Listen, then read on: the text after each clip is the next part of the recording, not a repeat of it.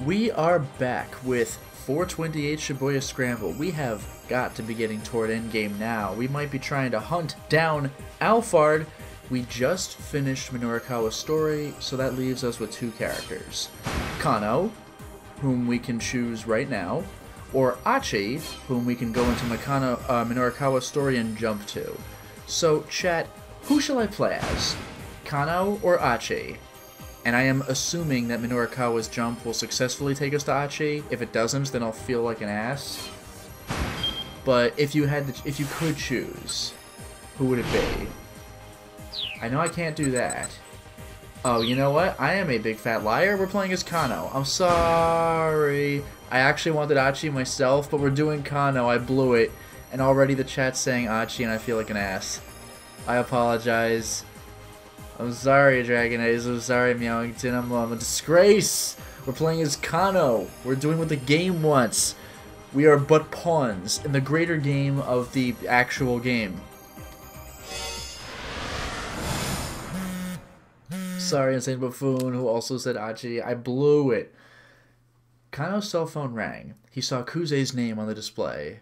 Yeah, Fakafun, good job, Lotus. Yeah, well, what a way to start a stream. Hey guys, I'll give you a choice. Oh, actually, yeah, Winterburn chose Cano. Winterburn's getting what they want. That works. Cano speaking. What the hell are you doing? The director's voice was shrill with irritation. What's the situation with Maria Osawa? I have her in custody, sir. We need to get her into quarantine immediately. I'll send a counter-NBC terrorism unit to pick her up. A public safety mobile investigation unit belonging to the Tokyo Metropolitan Police Department Public Security Bureau. That is a mouthful. The acronym NBC refers to National Broadcast... nuclear, biological, and chemical threats. The unit not only gathers information and investigates terror incidents that make use of these means, but also deploys relief and safety restoration measures. Yeah, Meowington, I can redeem myself by live streaming Resident Evil 2's remake. I did the demo? What's your location? Sir, the situation's a little complicated at the moment, Cano replied. He and Stanley made eye contact. Cano gave him a knowing nod. He knew what he needed to do here. He briefly informed Kuze of the plan to take Maria to the laboratory, but was careful not to mention Alphard. Please, sir, Cano said, bowing reflexively to the phone. Wow, that's like Kira and JoJo. Yes, sir. Yes, I'm sorry. Yes, and he's like furiously bowing to the phone. Let me handle this. Absolutely not, Kuze exclaimed. There's no way I can allow that. Maria Osawa needs to go in quarantine right now. Yeah, here's the thing. We know what Kano's plan is and everything like that, but think of it from Kuze's perspective. A low-level officer saying, yeah, I'm going to put the entire nation at risk of a disease we have no cure for. The act of placing infectees in isolation, such as in a medical treatment facility, in order to prevent the spread of infection. For viruses capable of airborne transmission, an airborne infection isolation room, AIIR, is sometimes used, which employs negative air pressure to ensure that air from within the room does not leak outside. Interesting. Sir, please, just give us a little more time. Giving her the antiviral is the only way we can save her. If we put her in quarantine, it'll be a death sentence. And again, from Kuze, though, if you don't put her in quarantine, it's a death sentence for everyone. Kuze let out a growl of frustration. Cano, that isn't your decision to make. You're off the case! Turn in your badge and your gun. You're a loose cannon, dammit! Cano had run out of arguments. It was clear that Kuze's only concern was stopping the spread of the virus. And that is a legitimate concern. Director Kuze, are you just going to let Maria Osawa die? We can't put the lives of everyone in Shibuya at risk in order to save a single person. I know that, sir. That's why I'm asking you to please let me go into that laboratory. And if it looks like we're not going to be able to hack the password, then at that point a quarantine can— Cano! Kuze snapped. I'm giving you an order. And I'm not accepting that order. Listen, Kuze said. How many years have you been a cop? What do you mean by that, sir? Kuze didn't reply. Is this an order from up top? What's going on here, sir? Please, I need some kind of explanation. Stop it, Kuze said. You sound like a child. This is dereliction of duty. Call me a child if you want, but I'm not following an order that I know isn't right. Ugh, Cano is operating with context that only he knows, though. He hung up? Even if he saves the whole damn city, he is out! He hung up on his police boss. Hello there, Chris. Cano punched the end call button with his thumb. Whoa. Whoa. From an objective standpoint, maybe Kuze was right. They needed to think about more than just Maria. If the UA virus spread through Shibuya, it would be a nightmare of epic proportions. Hello there, Fool Arcana. Cano understood that perfectly clearly. But still, he looked down at Maria's face as she lay collapsed on the floor. This girl was still alive, and Cano couldn't stand idly by and let a living, breathing person die. Consequences be damned, he wasn't going to be the one to weigh the worth of someone's life. As he stood, still clutching his cell phone, Stanley gently set a hand on his shoulder. It's okay, I'll give you a job recommendation. You did fine, he said quietly. Alphard is in possession of the UA virus. The people of Shibuya are already in danger. He may have already released the virus in the city. If he hasn't, he may do so at any time. Right now, what we need to do is get that antiviral and arrest Alphard. You made the right choice here.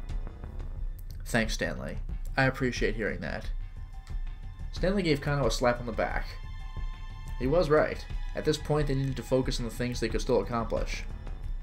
So, guys, Achi stepped forward. Who's going to take Hitomi's sister and Kane into the lab? Maria was in no condition to walk, so they were going to have to take a car, which meant that they needed a driver. I only have a motorcycle license, Achi said, and I don't know where the lab is anyhow. I should go with Maria alone. Kanan looked over at the others. There's no way of knowing for sure when she might become contagious.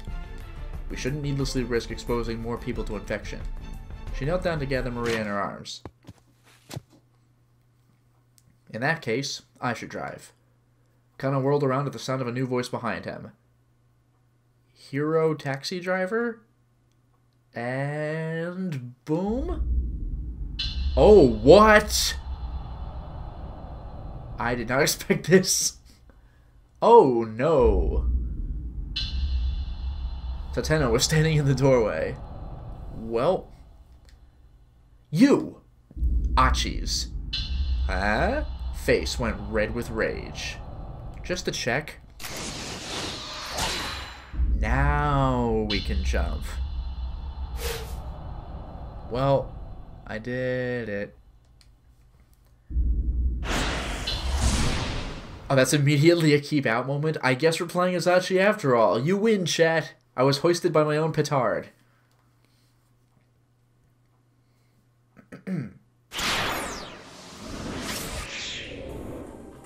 Well then.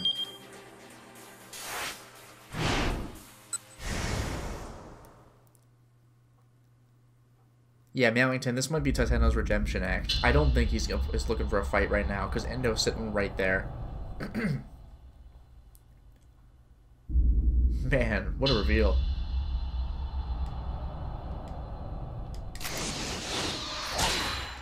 Boom, we're in. We're doing it.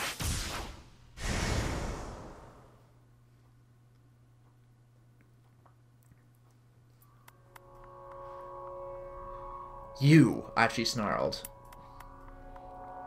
In the doorway. Oh, that's right, Achi doesn't know the context. In the doorway stood the man with the cane. Ugh. Detective Teno? Teno. Cano and Daisuke spoke simultaneously. Now, at last, Achi had a name for the assassin. It was a name he felt he'd heard a long time ago. Long time. I mean, somewhere before. You son of a bitch, Achi roared. What the hell are you doing here? Teno bowed his head profusely. I am truly sorry. You're sorry? Sorry don't cut it, man. Not after what you were trying to do to Hitomi. What? I wasn't going to kill her. I was just going to make her brain dead and have her heart removed, which would objectively kill her. I don't expect you to forgive me. And I intend to turn myself in, to be punished for my crimes. Don't worry. I know the cops pretty well. I can find the station. But before I do that, please let me do what I can to help you. I think you've helped enough. Achi grabbed Teno by the collar and drew back his fist. Cano moved to stop him, but Teno held up a hand. No, it's alright. Let him do as he pleases. There was no trace of the menacing expression the man had worn in their previous encounters. Achi scowled, but lowered his fist, then released his hold on Teno's collar. Fine. Hitomi's sister needs help, so we do need a driver right now. Make sure those two get to the lab and back safely. That'll make up for that punch I didn't give you just now. Thank you. I am so sorry. Daisuke stepped forward. No, I'm the one who should be apologizing. I'm the one who got you caught up in this.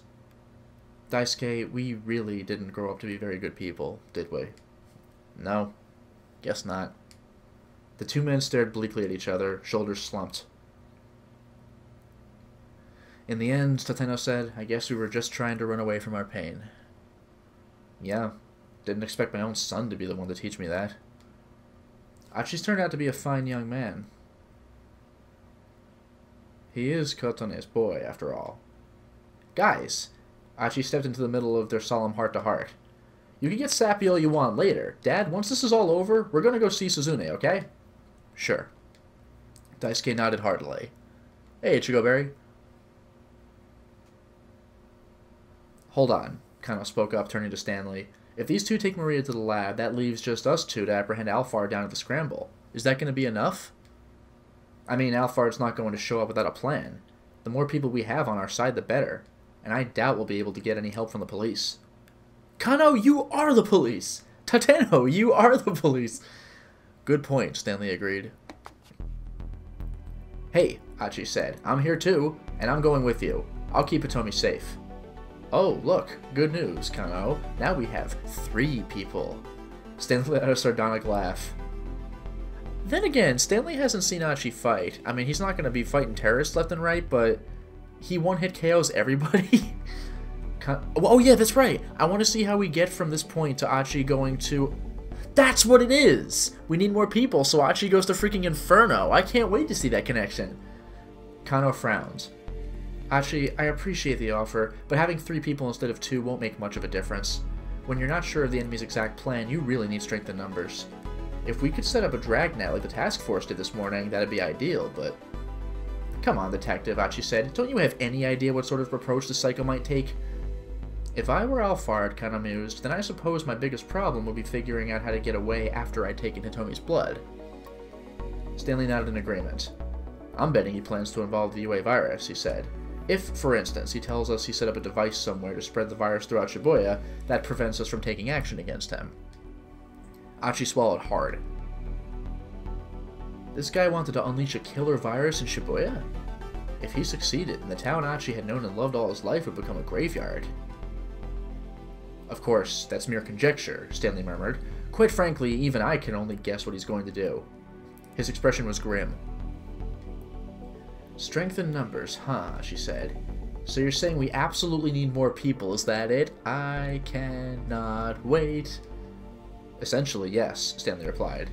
But not just anyone, mind. If it's not a group that meshes well, it'll hinder more than help. Cano folded his arms across his chest. He looked perplexed. People who mesh well together, huh? I know! Those 2 loan sharks! We're doing it now! Achi had an idea. They could ask the police for backup. It might be a long shot, but it was their only move. He could ask SOS, which we know he does. If there was anything he could do, it was that. Chat, just for the record, A or B here. A, see what happens if we elect to choose the police, or B, SOS, which we know that Achi ultimately does, but I don't know if we're doing bad ends or what. Any opinions on this one? I know what the correct answer is, and so do all of you, but I want to know what answer you're more interested in. We have a B.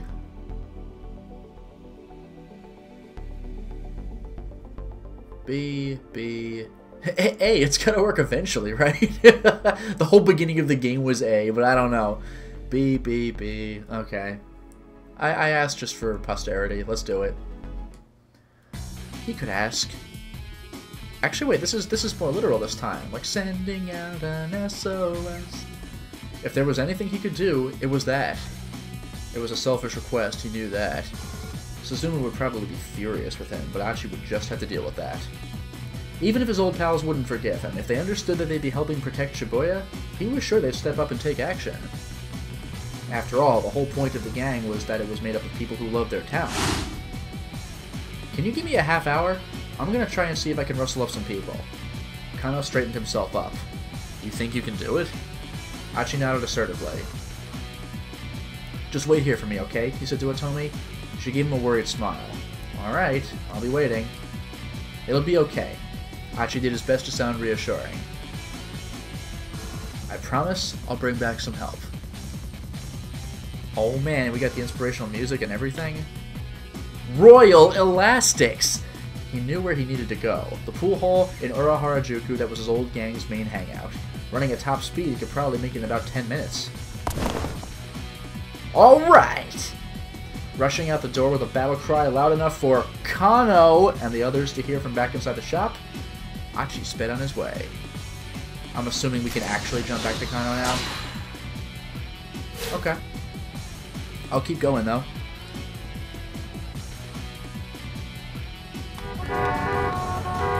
Traffic on Gonzaga was at a near standstill. Had there been some sort of major accident? As Achi ran along the roadside, he heard a middle-aged man screaming angrily. Oh, yes! You've got to be kidding me. What do you mean no trains are stopping at Shibuya? The guy was red in the face. What the heck is going on? Achi felt compelled to stop and check things out. Calm down, old man. Achi ignored him and kept on running. Okay, now chat, we have an actual choice here.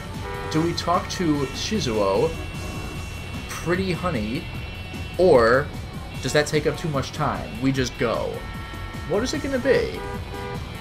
Winterburn, will he get there just in time for their conflict with Minorikawa? No, you saw how it ended. The conflict just wrapped up with Minorikawa, and then Achi burst in, like after everything cooled off. So, no, we're not going to get in there in time for the conflict. We're going to get in there when Minorikawa's still in the building, though. We have one vote for B. Do we have any other votes? Hey, it's not like we're busy or anything. Winterburn keeps trying to stall for time. 2 A's, 2 B's, more A for the lulz. Hello there, Nathan. More and more A's. Yeah, Fuller Khan, I was wondering about that. A, let's get Judo Master 2. He was, what, 6th or 8th down in Judo? Like, damn.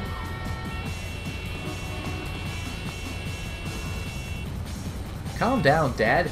The young woman with the man must be his daughter, then. We never see her face. How am I supposed to do that? You heard what the boy said. We have to get out of Shibuya right away. Whoa. Achi got a look at the young woman's face. Wow, kind of, sort of, almost. She was gorgeous. He had the feeling he'd seen her on TV before or something. She was probably an actress, but he couldn't recall her name. Well, Achi muttered to himself, you might be pretty, but you're no Hitomi. Oh, well, bye. Once more, he broke out into a run. I guess this was a non-choice. There were a whole bunch of people walking in the direction of Route 246. It looked like folks really couldn't use the trains right now. Was this some consequence of Maria being infected with the UA virus? Then I'd better hurry. We're the only people who can fix this. Yeah! With another cry to pump himself up, Achi bolted down the sidewalk, counter to the throng.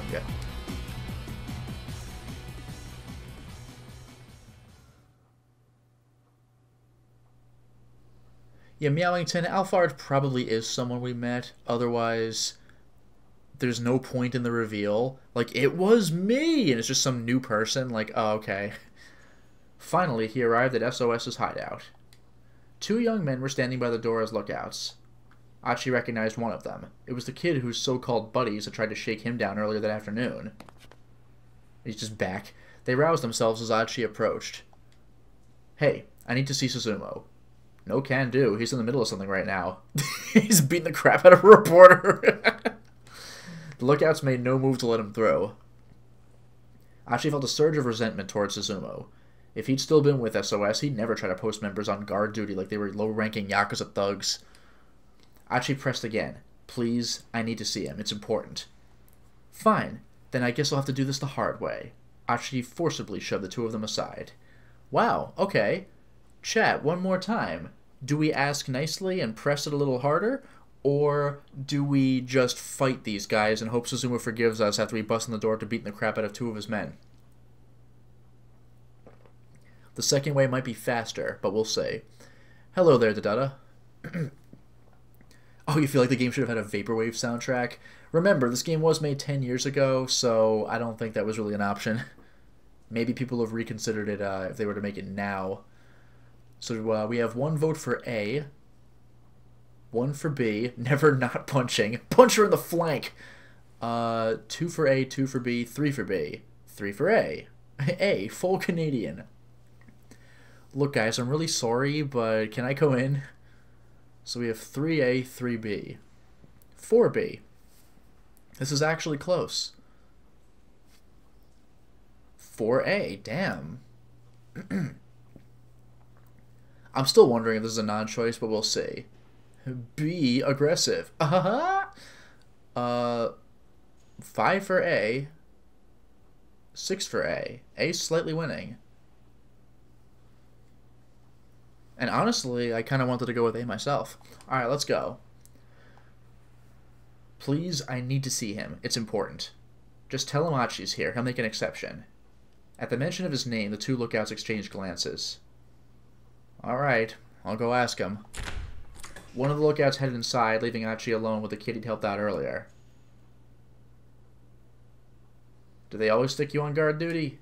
The boy didn't reply. Back when I ran with SOS, we never needed anyone on the lookout. We were just a bunch of guys who loved Shibuya, and who had a fun time hanging out with each other. That's all it was, really. It's not Suzumu's fault that SOS changed, the boy said, somewhat fearfully. Lately, it's Kiryu who's been driving things. Yeah, I'm waiting for a showdown with that guy. He's freaking insane. Kiryu? Oh, yeah, that guy. That's right, I actually did meet him once, and then they, like, kind of squared off and then walked away.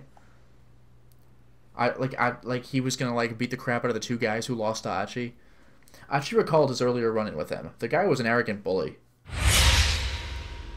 With that, like, dead stare. Kiryu's planning to steal Suzumu's throne. What for? The boy took a nervous look at the door before hurriedly continuing. He's trying to expand SOS's influence, and he's got a lot of people on his side. Right now, the gang is kind of split into two factions, Suzumu's guys and Kiryu's guys. Oh, yeah, Dracologist, the guillotine guy, where he's like, I'm gonna do my old move on you, the guillotine. And then I looked it up, and it just defines what an actual guillotine is, and I'm like, is he going to just kill them, or... Finally, Achi understood what was going on. The gang members had all been acting so weird because they were caught up in some kind of internal struggle. Kiryu goes around recruiting new followers by force, and if he doesn't like you, he dishes out punishment. This month alone, he sent 8 people to the hospital. Jeez! SOS is a total mess, man. This plan of mine might not work after all. Achi felt a sinking sense of despair. If SOS was ravaged with infighting, it was doubtful they'd heed the dangerous request he had for them. But even still, I want to be a part of this gang, the boy muttered. Achi peered at him in surprise. Why? They shake you down for dues, stick you on guard duty? That's not a decent way to treat someone. I look up to Suzumu. He treats me like he would anyone else, even though I'm way down to the bottom. And it's not just me. Suzumu always puts the members of the gang before himself. That's why I want to stick with SOS. Aha. So that's it, huh? Suzumu really had been trying his best. And the members of SOS, some of them at least, admired him for it and stuck by him. Thanks, Achi said. The kid gave him a dubious look. Achi didn't know if Suzumu would help him out or not, but he knew it was still worth putting the disagreements aside in order to ask. The door opened and the other lookout returned. Suzumu says to come on in. They just finished talking with Minorikawa. Achi nodded and strode inside. Keep out and... Okay, alright. We're jumping back to Cano. I kind of like this. We're doing a big back and forth for the finale. This game is really making me wait for it. I'm getting super excited. Alright. Loud enough for who to hear? Cano to hear. Whoa, we're going. Yeah, so this is a linear path. It just involves jumping back and forth. They're really keeping that suspense going.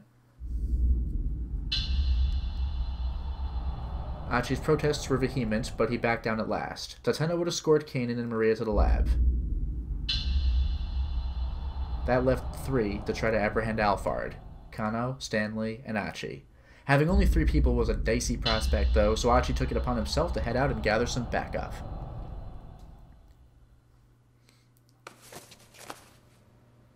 That really, like, I think it was Fakavan who mentioned, like, Tateno's tie earlier. That it reminds me a little bit of Kiryu. Or not Kiryu's, Kira's. Kiryu's is just red. Teno got the car keys from Daisuke, then helped Kanan pick up Maria off the floor. Oh, wait, no, Kiryu's inner shirt is red, never mind. Cano watched him warily. There was no trace of the blood-curdling expression the older detective had shown when he was holding Maria at gunpoint. His face was that of a man with a responsibility. The Teno that Cano had always known. Are you sure you're okay with this? Satomi asked Teno. You might get infected. That doesn't matter. Don't worry about me. All I care about now is helping you two if I can. He hesitated, glancing down at the unconscious girl he held. By the way, have Maria's memories come back? Hitomi tilted her head. Her memories? I suspect she took a blow to the head when she was abducted. When I ran into her earlier, she didn't even know her own name. Well, she seemed like the same sister I've always known when she came in here. Good. Then her memory must have recovered. Cano was shocked to hear that Maria had suffered amnesia, but it explained why she hadn't contacted anyone after she'd been set free. All right then, Teno said. We'll be back. Carrying Maria, he and Kanan headed for the door. Detective Teno. Cano called out, then paused, tongue-tied, when Teno stopped. There were so many things Cano wanted to say, but he couldn't find the words for any of them. Once Maria's safe, I'll turn myself in. Teno kept his back turned. The words were like a dagger in Cano's heart. Once this was all over, Teno would no longer be a detective, but a criminal. Cano knew there was no alternative, but still the realization hit him hard. Detective Teno, Stop your dithering. But... Dictum number 3. Don't dither. Never lose sight of what you're there. Okay, so number 1. Never lose sight of what you're supposed to protect. Ever. Cano snapped back to attention at Teno's words. That was dictum number 1. The advice that had kicked off the whole Dick diary. And the last dictums is dicks don't dither. I'm not the one you should be worrying about right now, Teno continued. We need to save Maria Osawa's life and protect the people of Shibuya. Cano bit his lip. Yes, you're right. And Cano did his best to quash his emotions. I know that, but... Cano still wanted to express his regret at how things had turned out for his idol. Interesting. So do we just go with it, or do we try getting our last potential, that I'm aware of, emotional moment in before the plot really gets going? Like the resolution plot really gets going. A or B? Just yes, shut up, back to business? Or stall, but get the emotional reaction out?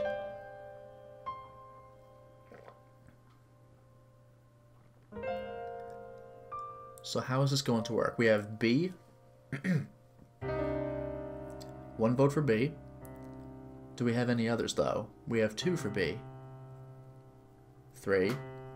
1 for A. 4 for B.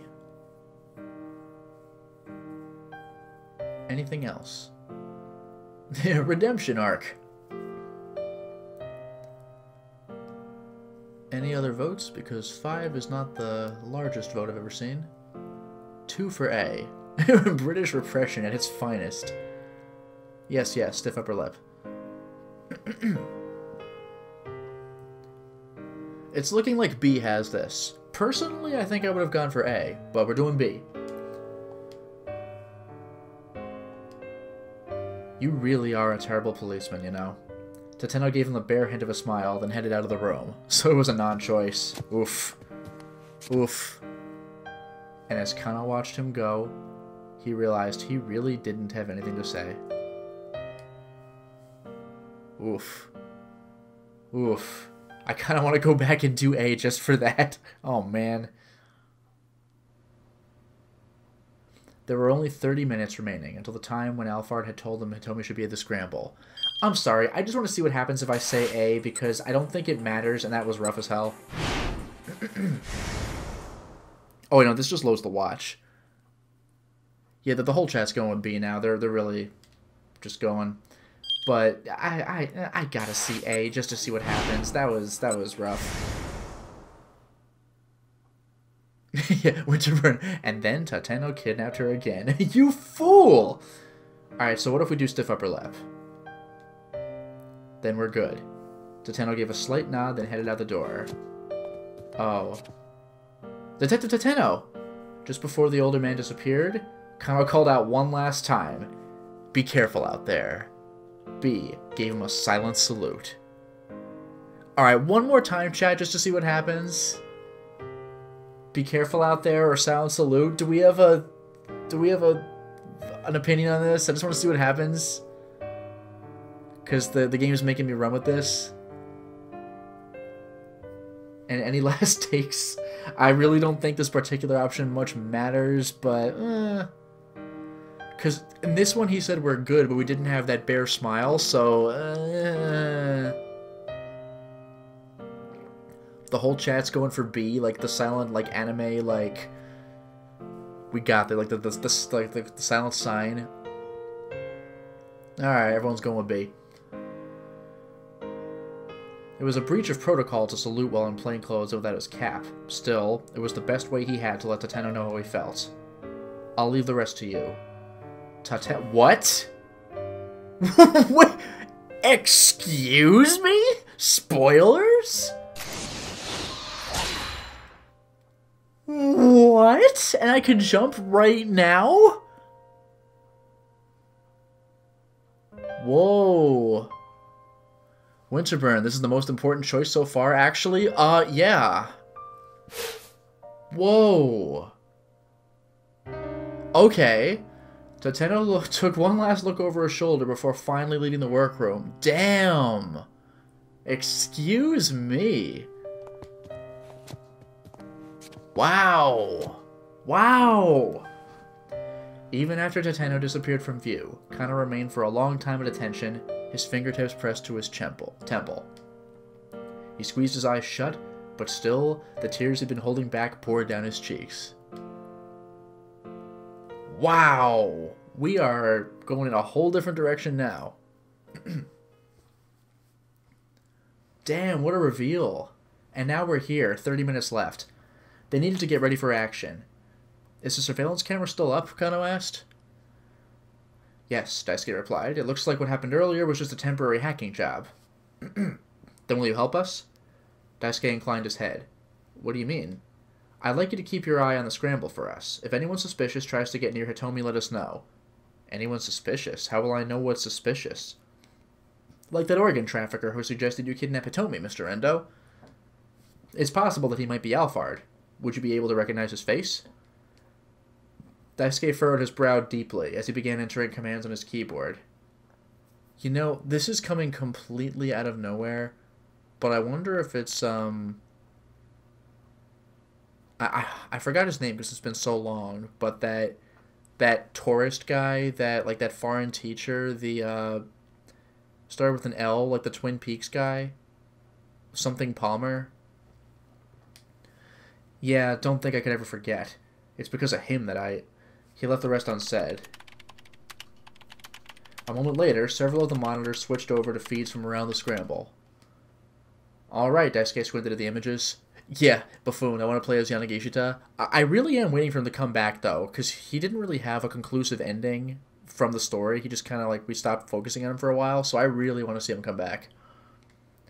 I'm not sure how much help I can be, but let me at least try to atone for what I've done. Of course, and thank you.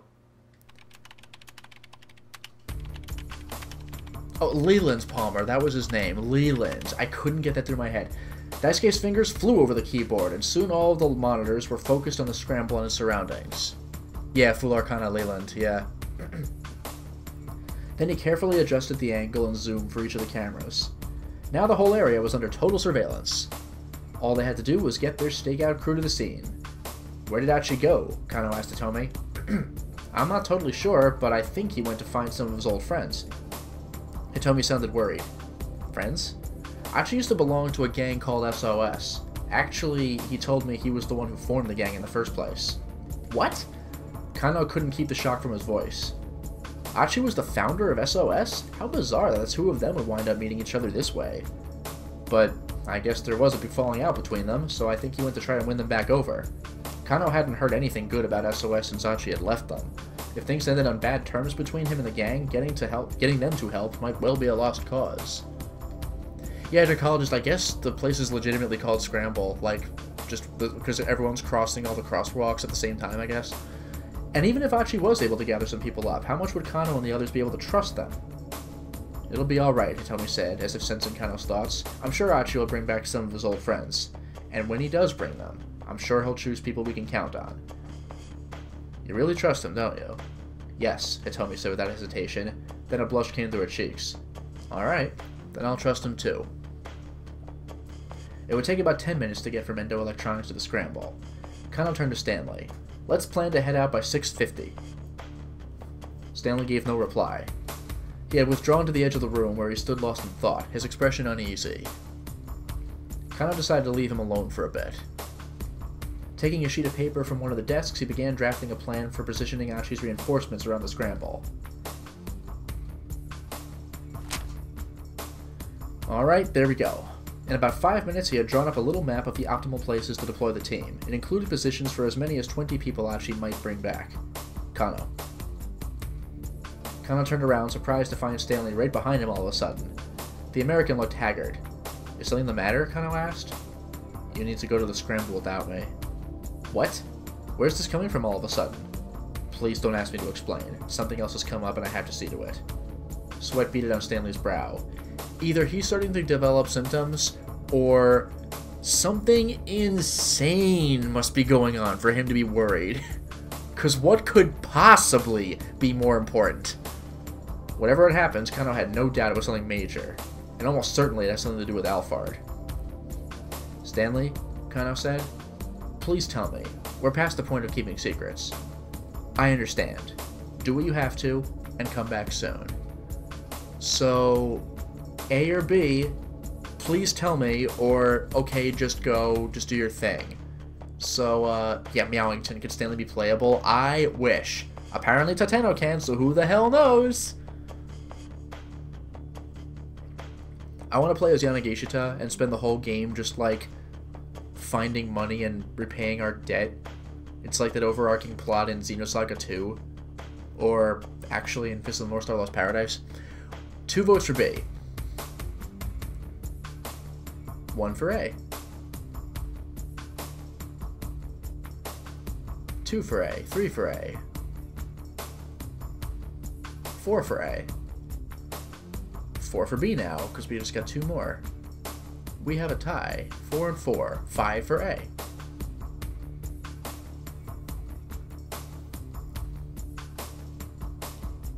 Any last calls? Because it looks like A has this. Alright. Personally, I would have gone with B, but A it is. They'd come this far together. Surely it was too late to get all tight-lipped now. I'm sorry. I wish I could tell you more. Stanley dropped his eyes. Kind of had a vague idea of what Stanley was up to. He probably felt he needed to keep things hidden even from his own allies in order to help keep Alphard in the dark. Or at least that was Cano's guess. Alright, I understand, Cano said with resignation. Do what you have to, and come back soon. With an apologetic look on his face, Stanley turned and hurried from the workroom.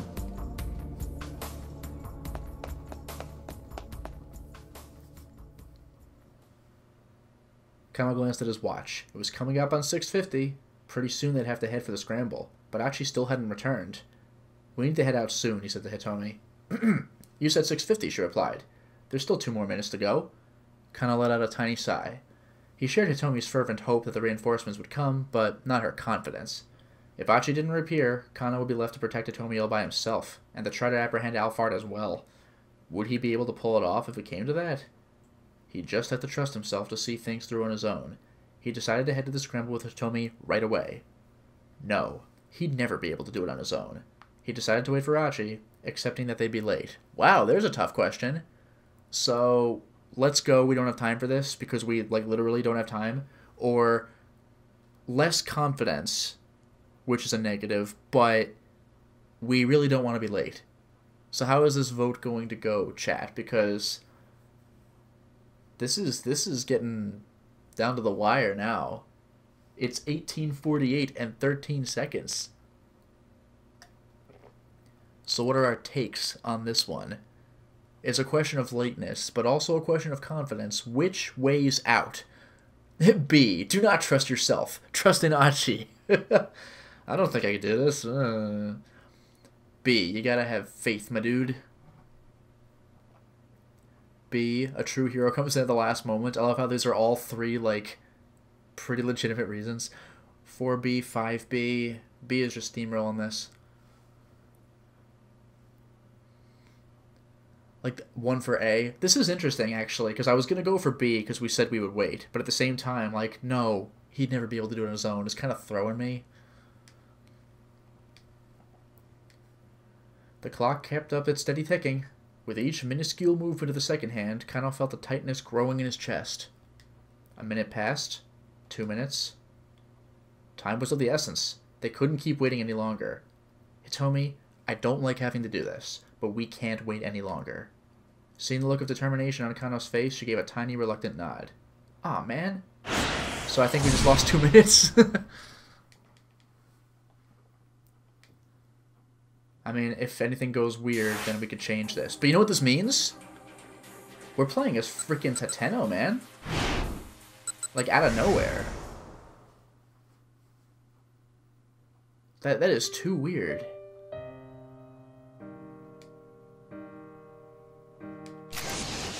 Here we go, secret character. It just creates. That's freaking sweet, man.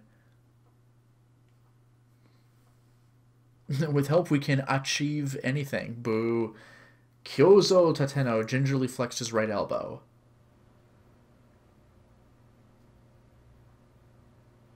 It was still a little sore, but it shouldn't interfere with his ability to drive. Does that hurt? Asked the girl called Kanan. No, I'm alright. Good thing I didn't kill you, she said, her tone matter of fact. Not even a joke, just like, good thing I didn't kill you. You ought to thank that younger detective. If he hadn't stopped me, you wouldn't be here right now. Is that right? Teno looked over at Cano. He was talking to Achi and the others about something. The last time Teno had seen Achi had been back at Katone's wake. He felt a strong surge of emotion, seeing how the boy had grown into a fine young man. Yeah, yeah, Vagabond, we have to start at the very beginning of the game with Teno. Aim gun at Hitomi. Fail to kill her. Repeat for hours. Are you sure you don't mind driving? Kanan's voice snapped Teno back into the moment. Yes, it won't be a problem. Back when she'd attacked him on that rooftop, she'd moved too quickly for him even to get a glimpse of her face. Now that he was able to get a good look at her, he was shocked by how young she looked. And yet, there was a cold gleam in her eyes, a glitter of awareness with no trace of emotion behind it whatsoever. In his long career as a detective, Teno had seen eyes like that before. It was a look he knew well, the look of someone who had killed, and had done so many times. Jesus. I'm so sorry about all this. Please look after my sister, Hitomi said. She bowed deeply. No, I'm the one who should apologize. Teno would have liked to go on, to say that helping now was the least he could do to atone for what he'd done earlier, but he stopped himself there. Nothing he could say to Hitomi Osawa could possibly earn her forgiveness. Silently, Teno lowered his head. His subsequent actions would have to make up for his crimes. He had to hope that this was possible. Kanan, you look after my sister too. Hitomi bowed once more. You two know each other. Teno looked at the two girls in surprise. Kanan is my sister's friend, Hitomi said. I just met her for the first time today. What strange series of events could have transpired for Maria and Kanan to wind up as friends? Teno felt a prickle of curiosity, but now was not the time for that conversation.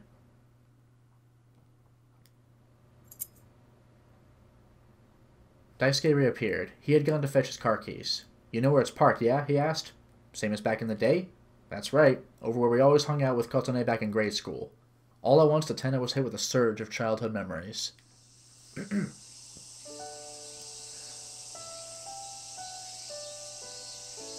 The sky was a piercing blue. The droning of cicadas echoed in his ears. A refreshing breeze brought intermittent respite from the heat. During summer vacation, they spent their days here in the parking lot behind Daisuke's house. As Teno and Daisuke played near the stairs at the side of the lot, the blazing sun beating down on them, Kotane would always come along with some iced barley tea for them. The two boys would race to see who could drink theirs up the fastest. The cold and fragrant tea flowed down their welcoming throats. Most of the time, it was Teno who would finish first. Daisuke often wound up choking and spitting his out. Kotane would flash him a motherly and sympathetic smile. Then Daisuke would grin back at her sheepishly and fuss with his hair. That had all been nearly 40 years ago, but Teno could envision their smiles as vividly now as ever. They were his only fond memories of his childhood. The only ones. Teno took the keys from Daisuke, clutching them firmly in his fist. "Alright," he said. "We'll be back." They lifted up Maria, and with Kanan supporting her on the other side, began to head for the door. Then Cano called out to him. "Detective Teno? There was a look of sadness in the younger man's face. "Don't let yourself become a detective like me." Teno had the words right on the tip of his tongue, but he swallowed them back down. It suddenly seemed petty to trivialize the aspirations Cano had held for so long. Once Maria's a safe, I think that's a typo, unless Teno is being affected. Once she is a safe, I'll turn myself in. After he made sure that Maria got to the laboratory, he would cease to be a detective and instead would simply be a criminal. In Japan, a charge of plotting to commit the crime of murder carries a prison term with labor of not more than 2 years. But despite the failures that had brought him to this position, nothing he had said up until now had been a lie. Of that much he could be proud. Never lose sight of what you're supposed to protect. Ever. He could at least try to be the detective Cano had so admired until the very end. Oh, he did the salute! Hey! As Teno left the room, Cano saluted him crisply. Ordinarily, a detective wouldn't salute in plain clothes or without his cap. The little breach of etiquette just showed all the more clearly how Cano felt. Yeah, right, DG Gamer. She's a safe, Mario! If Teno hadn't been holding Maria up, he would have returned the gesture.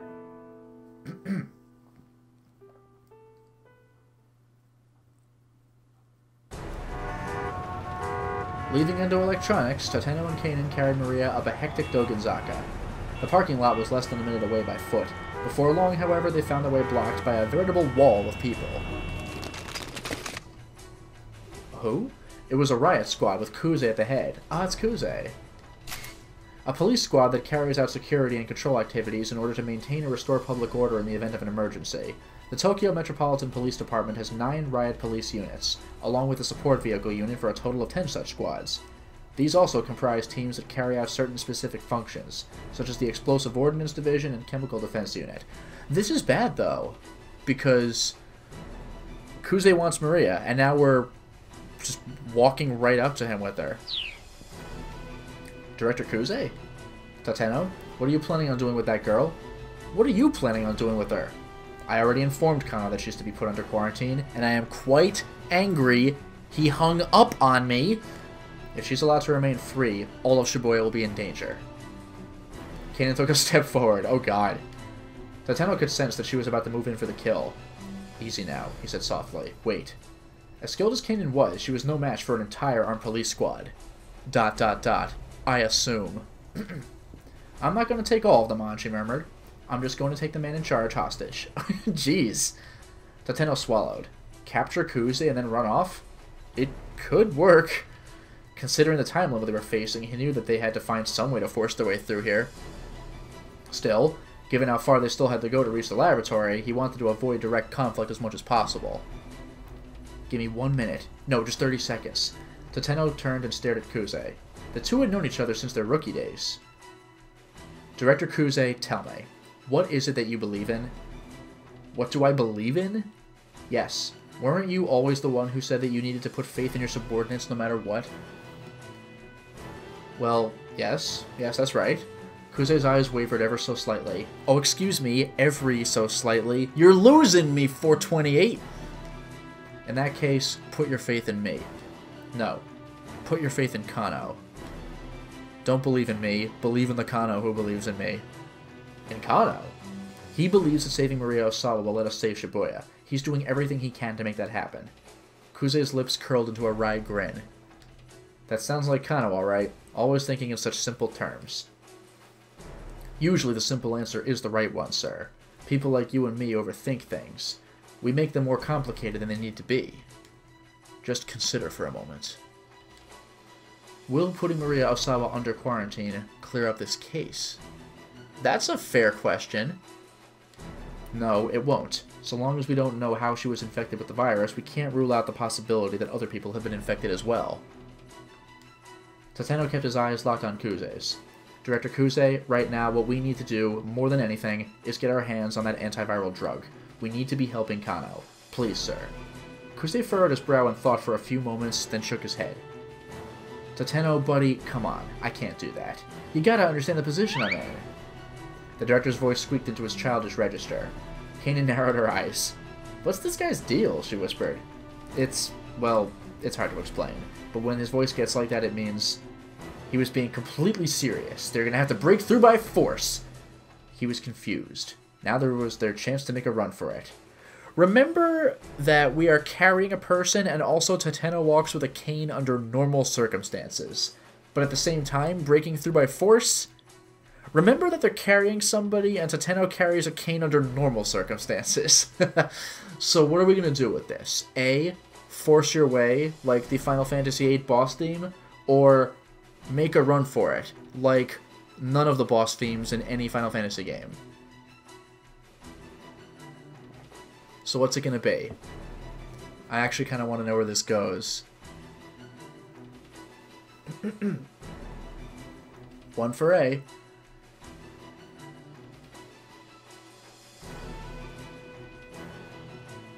EDF, EDF. 2 for A. Yeah, Dracologist makes a good point. I do have a fully loaded Kanan. 3 for A, but 1 for B.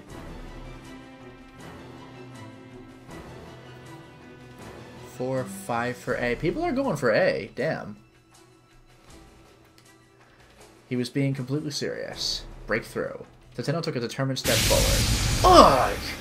Suddenly, Kuze let out a pained yelp, so it didn't matter.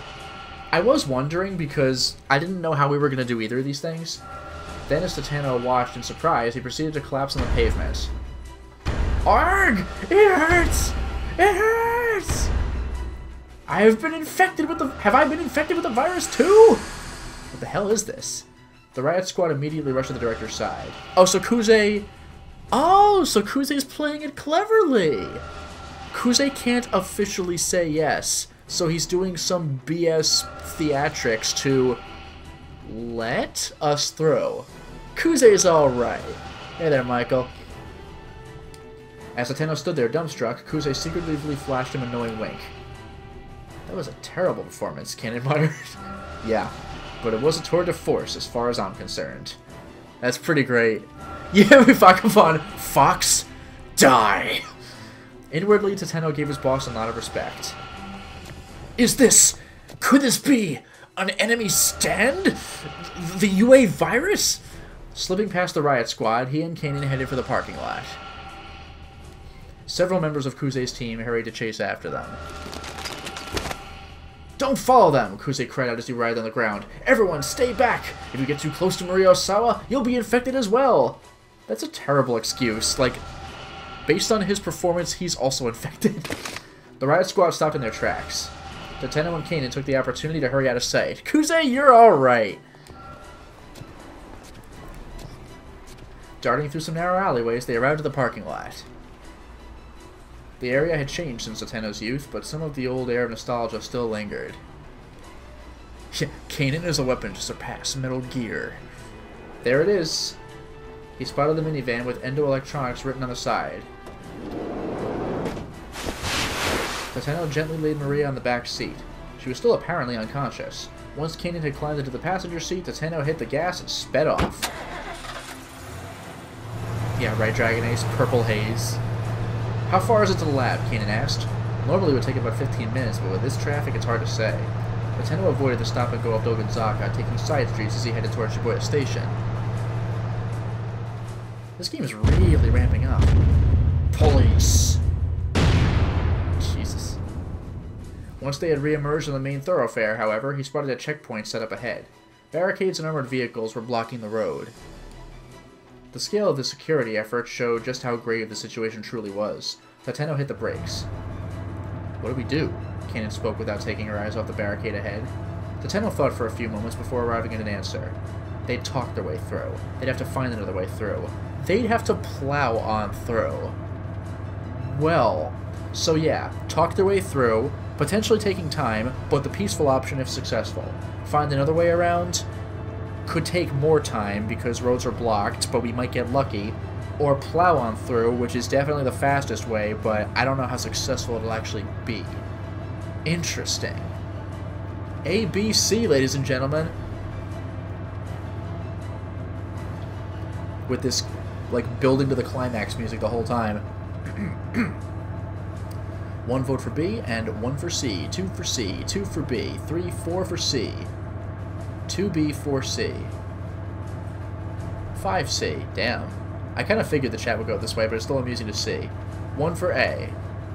So it's 1, 2... gas, gas, gas! In all caps. So it's 1, 2, and 5.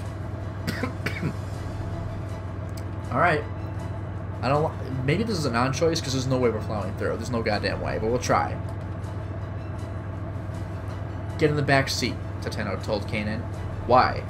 I want you to hold on to Maria so she doesn't fall. A feisty grin came to Kanan's face. Ah, I see you too have a taste for blood. You got it. Kanan quickly clambered into the back, and Teno gunned the accelerator. It's do or die now. Teno clenched his teeth as the fan picked up speed. Then a patrol car came roaring out of a nearby side road. What the? Reflexively, Teno eased up on the gas. The police cruiser cut in front of the minivan, turning to head right toward the roadblock. Also heading toward the roadblock? What? Crashing into the barricade, it plowed on through, not stopping until it slewed up onto the curb beyond. Slewed? So somebody else plowed through? So I guess no matter what we were going to do, we were going to get cut off anyway.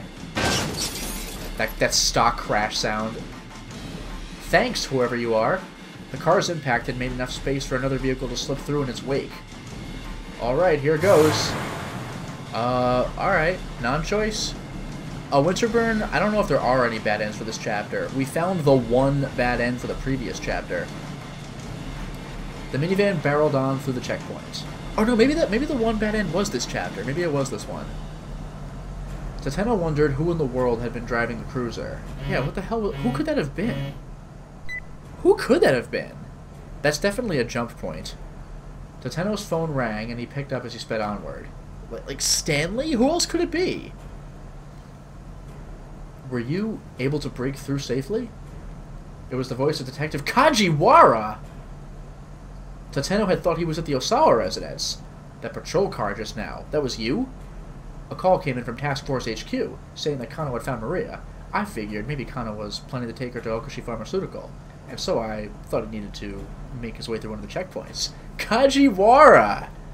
Damn, I'm not even playing Osawa anymore and this guy shows up. What a guy! But the fact that it was you, Detective Teno. Haha. Now that was quite unexpected. He let out a weak chuckle. Kajiwara, you son of a bitch. I mean, are you hurt? Wow, he is. No, don't worry about me. Just, please, help Maria. I made a promise to her father that I'd save his daughter, no matter what. Teno could hear the energy draining from Kajiwara's voice. Understood. I'll keep that promise for you then. Thank you. The line went dead. He crashed headlong through that barricade. There was no way he'd come out of that uninjured. I'm sorry, Kajiwara, Teno said to himself under his breath. And thank you. He bit his lip and stepped hard on the gas again. God damn, this game is awesome. But wait, am I stuck with keep outs? Because there's got to be a different choice I should make then. Because I think I'm stuck.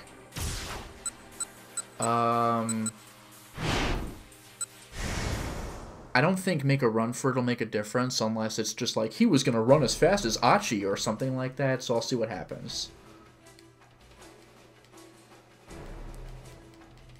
Get ready to sprint. Didn't get the chance to, though. Nani! I still can't skip this, though, so I'll see what happens.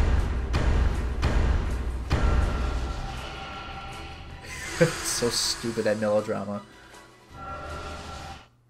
No, it's the same. Okay, other choice. There's got to be a jump somewhere, right?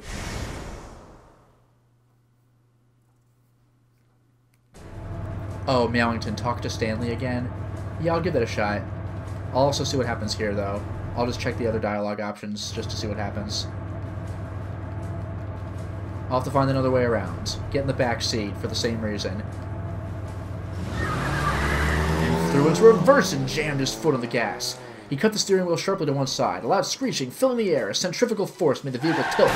But then... same thing.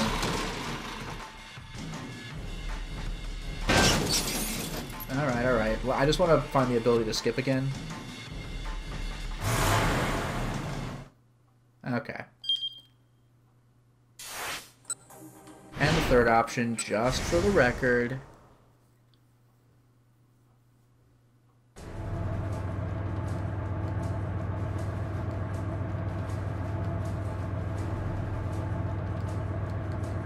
Wait here, I'm going to try something. A little bit of persuasion.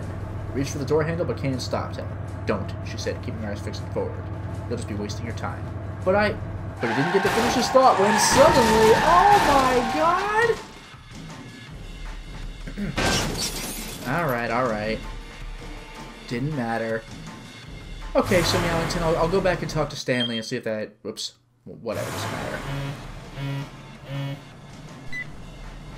I'll go back and talk to Stanley as Cano then.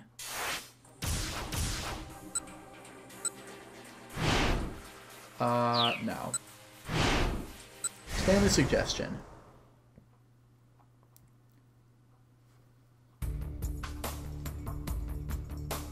I understand, do what you have to. I'm sorry. I wish I could tell you more. Or it's the same thing. Is this, like, literally the same thing? This was no ordinary opponent they were up against. Keeping secrets even among friends wasn't necessarily a bad call. Cano promised me one thing. What's that? Once this is all over, you'll go have a beer with me. Yo, Stanley. What a guy. Sure. Alright. Cano couldn't help but smile. That's a promise now, remember? Is this going to be a blue into red? It is! Hey! The promise these two made just now mirrors another made by a certain pair of brothers in the past. Once this is all tidied up, I'm going to need a drink. Let's you and me have a beer together. That was what the younger brother said, and the older brother still feels the pain of that promise going unfulfilled. I'm going to advance this just to make it canon. I'm going to hit the save point, but then I'll jump. And we saved. Okay. Secret jump. Good call, Meowington.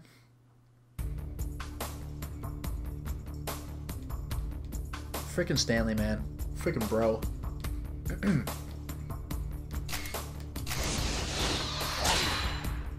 Get the hell out of here. I don't know what to believe anymore. Anything goes. Jack, we're doing it. We're in. We're doing it. It was 6:00 p.m. Alphard had contacted the motley team at Endo Electronics, and the situation had immediately deteriorated. But the new developments had also provided them with one big chance. A chance that Alphard might appear in person at long last. You did fine. Jack Stanley set his hand on Cano's shoulder. Yeah, the chat's like flipping out. We're playing as Stanley. A weak smile came to the detective's face. Stanley paused, unexpectedly moved. For that one moment, he saw in Cano the image of his younger brother, Frank. Jack, you have to get everyone to a safe place right away. Frank's nervous shout echoed through the hotel lobby. Stanley's younger brother was a member of the bomb and arson squad. subsection of the Chicago Police Department's Bureau of Investigative Services, BIS, that handles investigations of bomb and arson-related cases. Huh. Chicago. Oh, Dragon Ace, you were hoping that the game would end tonight? Even if it somehow does, you know I'm looking for bad endings. This was 2 years ago. The CIA had obtained intel that Alphard was targeting a high-class hotel in Chicago for a terror attack. Stanley and his team had searched the hotel interior and discovered the bomb set inside a large planter. When Frank arrived at the scene and saw the explosive, his expression grew grim. The detonation trigger is set in the worst possible place. It's going to be a bastard to remove it. Well, in that case, you need to get out of here too, Frank, Stanley said. No, I need to make sure I can figure out how this thing is set up so the disposal unit knows what to do when they get here. I'll be alright. Look, you can probably see it from back there. Stanley could indeed see the small explosive from where he stood. It was held in place by several screws. The timer had just ticked down past the 30-minute mark. There's plenty of time left for the disposal guys to get here. Jack, I need you to help finish evacuating the building. There are a lot of people who haven't gotten out yet. But, Stanley hesitated. From a cold and logical perspective, Frank was right.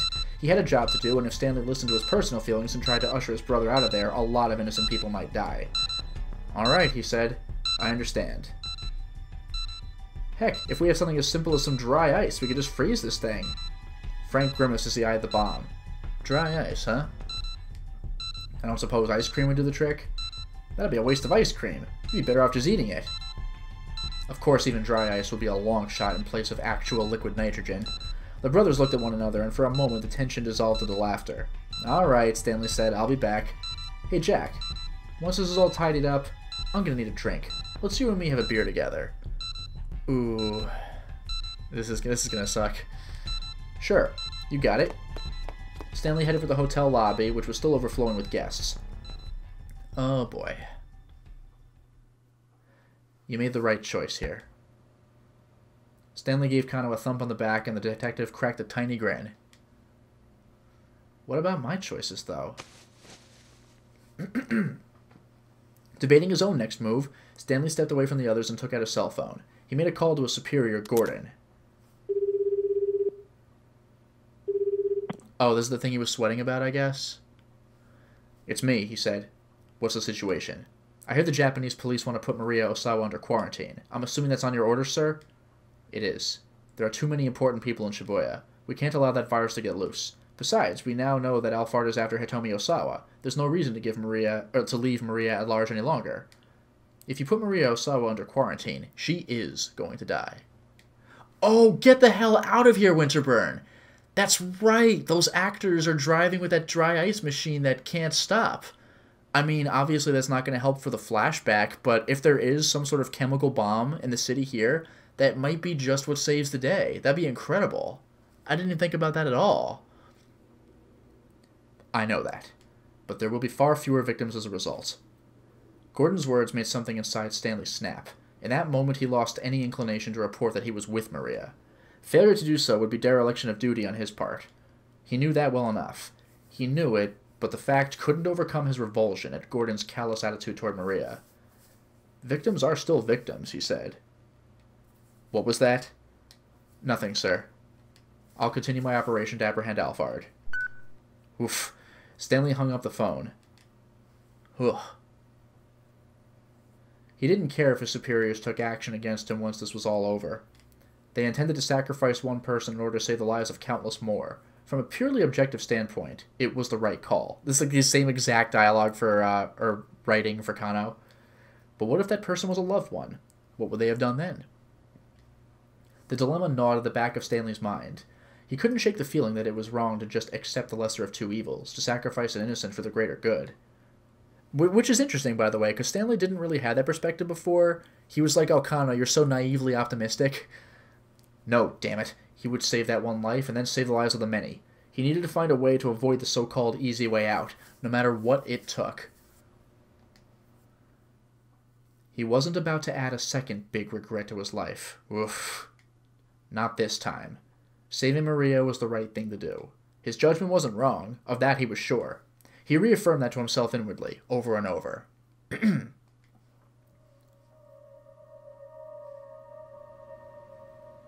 Cano was watching Teno prepare to depart. The group had put together a reasonable plan of action. Teno and Kanan would head to the lab with Maria and attempt to get the antiviral for her. Oh, Meowington, have you played any choose-your-own-adventure games that have secret stuff in the pages?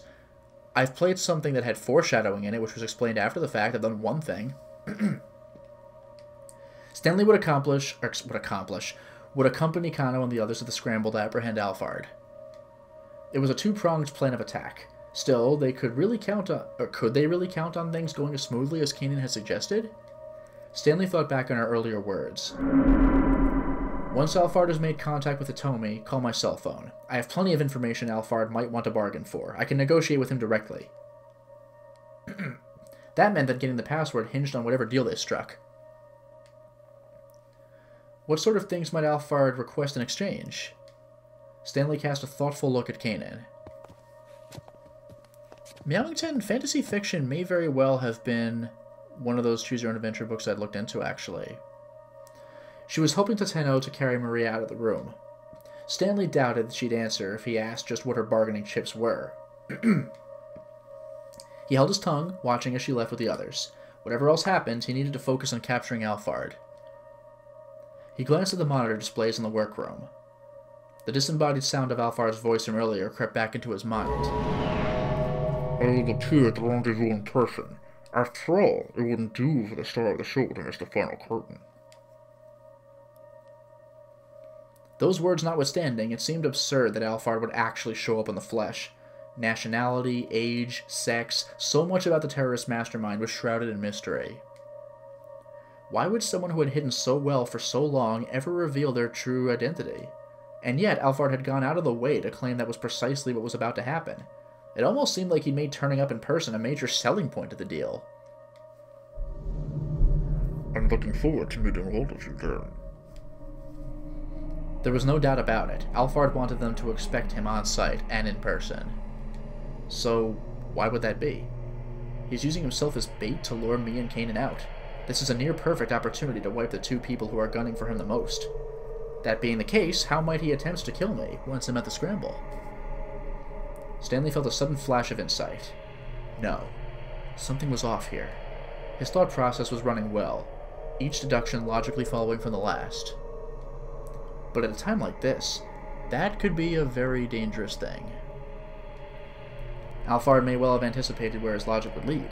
Stanley needed to assume that any clue he thought he'd found was something Alphard had left behind on purpose, so maybe the suggestion that their target would come to the scene was a different kind of trap. At the risk of sending himself in circles, Stanley decided to rethink the whole case from the ground up. What was the single strangest part of this whole thing? Aha, there we go. There we go, I think. Why had Alphard put an amateur like Daisuke Endo in charge of the kidnapping? Sure, being able to get a heart for his daughter gave Daisuke a strong incentive, but there still had to be a reason why he'd been chosen. If the kidnapping had failed, what would have happened then? Of course, this was Alphard they were dealing with. Maybe the possibility of failure was somehow part of the plan. Final reveal, guys. Suzune is Alphard. She wanted a heart for herself. Ah! Hell, Daisuke had managed to accidentally kidnap Maria instead of Hitomi, hadn't he? If Alphard had gone with a professional, that sort of mix-up would never have happened.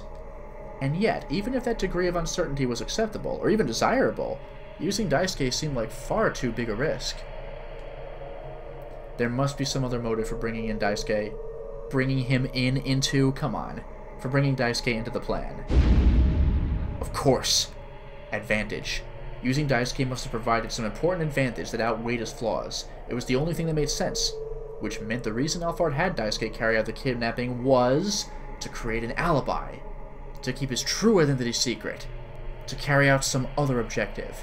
Yeah, Fakafan, that's where I thought he was going, his surveillance cameras, but no, that's just not an option for this choice, so, So, A, B, or C. Yeah, Meowington, it probably is someone we spent time with. Just because we wouldn't expect them. Actually, I really hope to God it's not Yanagishita. I have no idea why it would be, but I hope it isn't. That would be genuinely depressing. But then again, he's never interacted with any of these people, so I don't freaking know. Yeah, I don't know. C. 1 vote for C. 2 for C. 3 for C. People are really going with this. Yeah, right, Winterburn, these are not necessarily mutually exclusive, which means this might be a non-choice, who knows. Yeah, Dragon Ace, please don't be the taxi driver. Yeah, for real. So 4 for C, or excuse me, 5 for C, and 2 for A. We're going with C. He'd set up the kidnapping, devised the ransom relay, and kept the full attention of the police on that. All the while, Alphard himself was working toward his true goal, getting Hitomi's blood. Which meant that Daisuke kidnapping Maria by mistake had in fact been a misstep. That was why in the end, Alphard had proposed trading the password for Hitomi's blood. Could that really be it? Stanley decided to take it up with the man himself. Mr. Endo, let me ask you something. Did you know Hitomi had a twin sister before the kidnapping? I didn't, no. So when did you find out? After I had Maria kidnapped. The organ trafficker took one look at her and said I had the wrong girl. Said I was supposed to have abducted the younger one. He never mentioned Hitomi having a twin before this all started? Nope. If I had known, I'd have been a lot more careful. Alphard had certainly known that the Osawa girls were twins, but despite the added risk that fact implied, he hadn't told Daisuke. There was only one logical conclusion. Daisuke's mistake hadn't been an accident. Alphard had intended for the wrong sister to get kidnapped. By using an amateur, Alphard had set up the police to write off Daisuke's kidnapping of the wrong target as a simple misstep. Had Daisuke been brought in simply in the name of camouflage? But why? Alphard was after Hitomi's blood. Daisuke was after Hitomi's heart. They both wanted the same thing, so why target Maria instead? Stanley's train of logic had run out of steam again. Oh, people are trying to ask, what females have we interacted with? We've already listed, yeah, like Fakafan said, Ai, Kairi, and Miku. Yeah, right, Winterburn, the Ringu restaurant owner. There's also the, the ramen shop woman with the cleaver. There's Chiri. Still, he was sure he was on the right track. Oh, there's the waitress who gets pissed off at Minorikawa. He just needed to keep following till he found out where that track would lead. God damn, where is this game taking me? Where's the storeroom where you were keeping Maria, he asked. Daisuke hung his head. It's out behind the shop. Why do you ask? Would you mind showing me? There's something I'd like to check. At this point, he needed to go back over everything, right from the beginning. He followed Daisuke out to the storeroom. Speaking of the storeroom, Daisuke said as they were walking to the back part of the building, there's something I've been wondering about. Just how did Maria manage to escape in the first place? You're certain you locked her in? Stanley asked. Daisuke nodded. At 8 o'clock this morning, the organ trafficker came by to check up on her. I made sure to lock the place back up after he left. I see. That visit must have been when Maria was injected with the UA virus. It makes sense based on our working timeline of when we expect her to go symptomatic.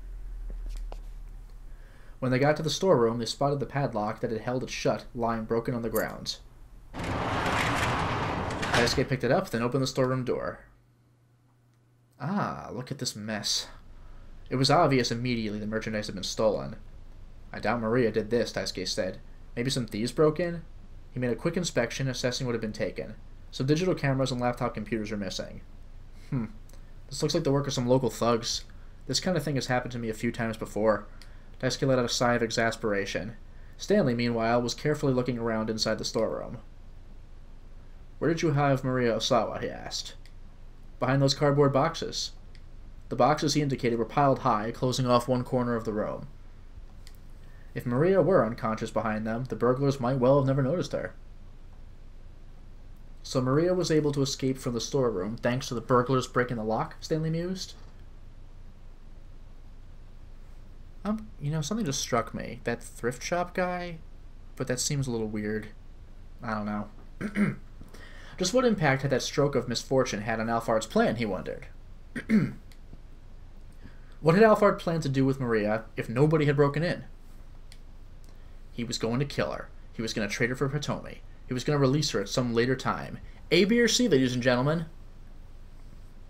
Remember, killing her could be something Alphard might do. Trade for Hitomi seems like the obvious answer. Release her sounds dumb, but she's literally a walking plague, so, So what's it gonna be, ladies and gentlemen? Yeah, the kids from SOS who stole stuff, yeah. 1 for C.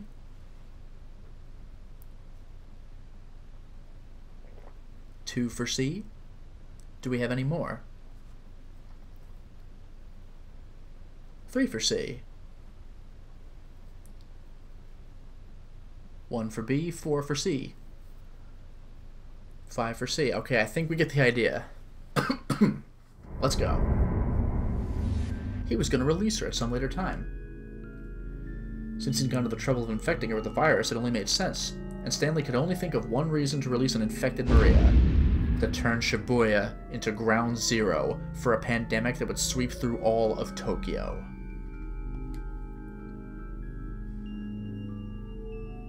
Well, Dracologist, you're saying C would not work since the virus would kill her quick? I mean, look what's happened. She's been out, and the virus has not killed her quick. A virus with a mortality rate of 100% would have spread throughout the region before anyone even realized it. It would be impossible even to calculate the scope of such a disaster.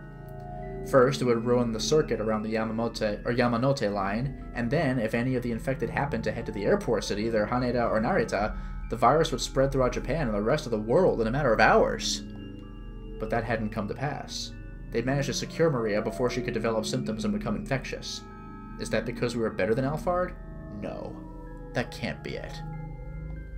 Alphard wasn't the sort to commit such indiscriminate acts of terror. The threat of the infection spreading, horrific as it was likely just cover to hide some other scheme. But then what was the ultimate goal? Stanley still didn't have enough clues to go on. Stanley made his way behind the stack of cardboard boxes. He spotted something that had fallen on the floor. It was a cell phone. Next to it was a woman's handbag. Yeah. I don't know, I'm debating the spelling of woman here, because it is a handbag that belongs to one woman, but it's a handbag for women. It's a women's handbag, so I guess it's not owned by anyone necessarily. If it was Maria's, then it's a woman's handbag. If it's just a handbag for women, then it's a women's handbag. Stanley unzipped it. It held a jumble of makeup, tissues, and other personal effects, but nothing at all unusual. If he was going to find any clues here, it would probably have to be from the cell phone. He tried turning it on. There was no response. It appeared to be broken. "Let me see that," Daisuke said from behind him. "I'll see if I can fix it." "Do you think you can?" Stanley asked as he handed it over. "I won't know until I try, but that sign out front saying I run an electronics shop isn't just for show." Turning his attention back to the handbag, Stanley searched it more thoroughly and found a photograph tucked inside that he'd overlooked in his first inspection. What the hell? He stared at the image, swallowing the lump in his throat. That is a good point, Dragon Ace. Maria did lose her GPS necklace, and the junk shop sold it back to her, so he did have to get it from somewhere. Could junk shop guy be Alphard? I was wondering earlier, but it seems a little, I don't know. He stared at the image, swallowing the lump in his throat. It's like in Young Frankenstein, a book that says how I did it. Yeah, Meowington, it looks like we need to redo the choice because now we're at an impasse. We're probably going to come to the same ultimate conclusion, but I want to see if we can get a jump opportunity here.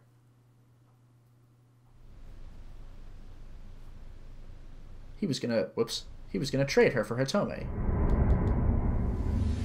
It seemed reasonable enough. He needed to kidnap Maria in order to infect her with the virus first and foremost, and she had indeed been injected with it at 8 o'clock that morning. Next, he would have carried out a hostage exchange for Hitomi in order to obtain her blood. Maria would be free to go, but infected with UA. Ah, that way we have Ground Zero and Hitomi. What purpose would that serve? It was simple enough to deduce. Once he learned that Maria had the virus, Kenji Osawa was certain to take action. He'd bring her to the storage facility in order to administer the antiviral, just as he'd done with Hitomi. That meant that the storage facility would be open once more. That was what Alphard was really after. A way in so he could destroy the antiviral samples of the lab. It was the only logical conclusion. Infecting Hitomi 6 days earlier had ensured that she would be carrying the DDS in her body, but it had also served as a sort of dry run for today. If it turned out that Osawa wasn't able to access the antiviral storage on his own, the entire plan would fall apart. Hitomi had been a test case in order to make sure. The negotiations of the scramble were almost certainly a smokescreen. Alphard wanted to lure Stanley the others. Great. Stanley and the others, perhaps? To the scramble in order to clear the way for an assault on the lab in the meantime. The first order of business was to stop him from getting inside. But how? Should Stanley leave the stakeout in the scramble for Cano and the others while he headed to the lab himself? He couldn't decide that alone. He headed back into the shop with Daisuke to see where things stood with the others. Right, and then he gets all... It's still just a keep out, though. This looks like it's probably the right decision, honestly. But I'm going to check out A, just to see if we can go into another place. B seems like the way to go, honestly. But we'll see what happens. He was going to kill her. Yes, the entire point of kidnapping Maria in the first place was to make sure she wound up dead. But what purpose would killing a single Japanese college student serve? Stanley could think of one good reason. To send a warning to Kenji Osawa. The antiviral Osawa had created, which rendered the killer virus useless as a biological weapon, was more than a simple inconvenience to the arch-terrorist.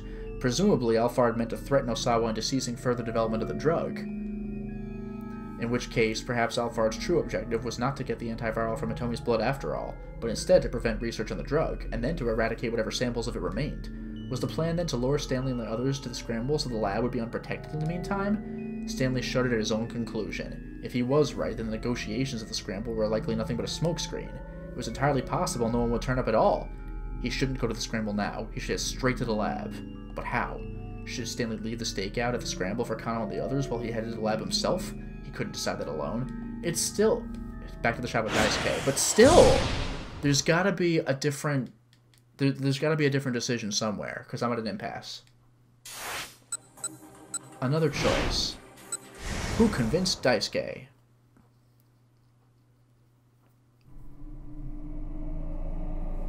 The reason he had Daisuke do this thing was to keep his identity secret. He needed someone completely unrelated to him, a stooge like Daisuke, who, even if they were arrested, wouldn't be able to lead the way back to the mastermind. Was that the thinking here? No. The fact was that as soon as Daisuke was caught, he'd spilled everything about the organ trafficker. That was a predictable weakness that Alphard must have anticipated. So why had Daisuke been chosen? Stanley felt like he was right back to where he'd started. If Maria hadn't been mistaken for Hitomi in the first place, the situation wouldn't have become nearly so complicated. That was the thing that really made him wonder. Daisuke may have been an amateur, but would he really have made such a rudimentary mistake when his daughter's life was on the line? Decided to take it up with the man himself. Did you know he had a twin sister? And... okay. First choice. Man, I don't know. Yeah, Meowington alibi. Yeah, I guess. It's the only option we have left.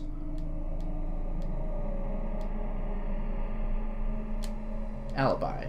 Even if Daisuke failed, as he had, and got caught up in the kidnapping investigation, Alphard himself could stay out of the picture. The police wouldn't have any reason to suspect Alphard in the first place. But then, why would someone whose very identity was so shrouded in mystery need to construct an alibi at all? Stanley felt it was like he was right back to where he'd started. The situation wouldn't become so complicated. Really make such a mistake? Yeah, it's the same thing. I don't know. Hey there, Barry. Wow. So whatever we're doing, it's not with Stanley. We gotta choose somebody else.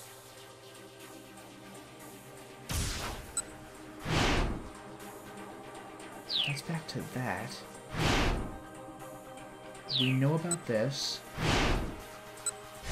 Achi doesn't come back? I don't know.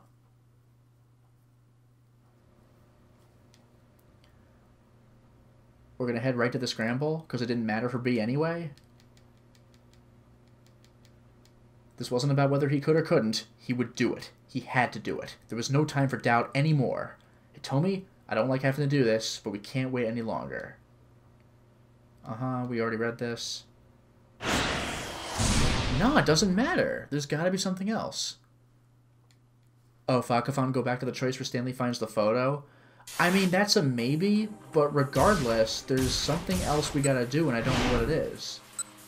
The angry older fellow. What if we don't hang around?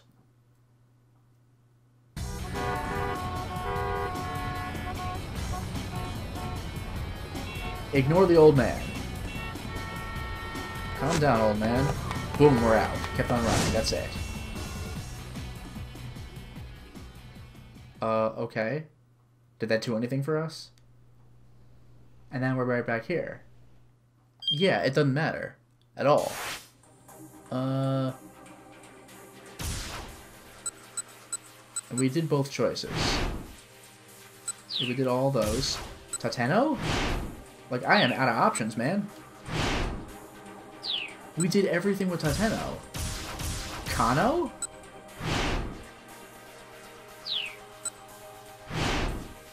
Like, I was just doing Cano's decisions. Tateno's retreat? What if we don't salute? What if we say, good luck out there or something? This is probably the wrong option, by the way. Teno flashed a hint of a smile and laughed. That's it.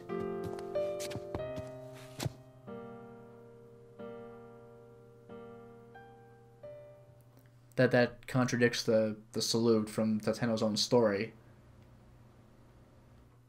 Yeah, that was it.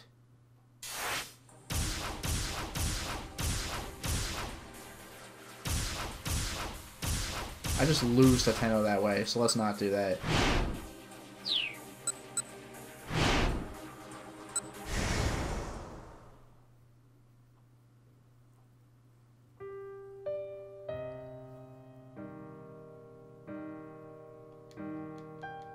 We gotta do that salute for sure.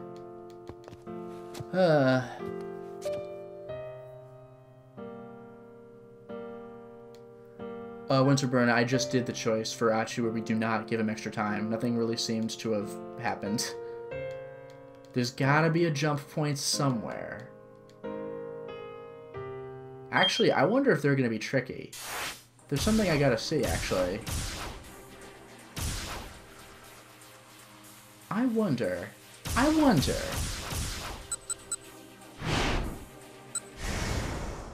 That's what it is. Now I can jump to Achi from Minorikawa's point. I forgot about this. It was right here the whole time.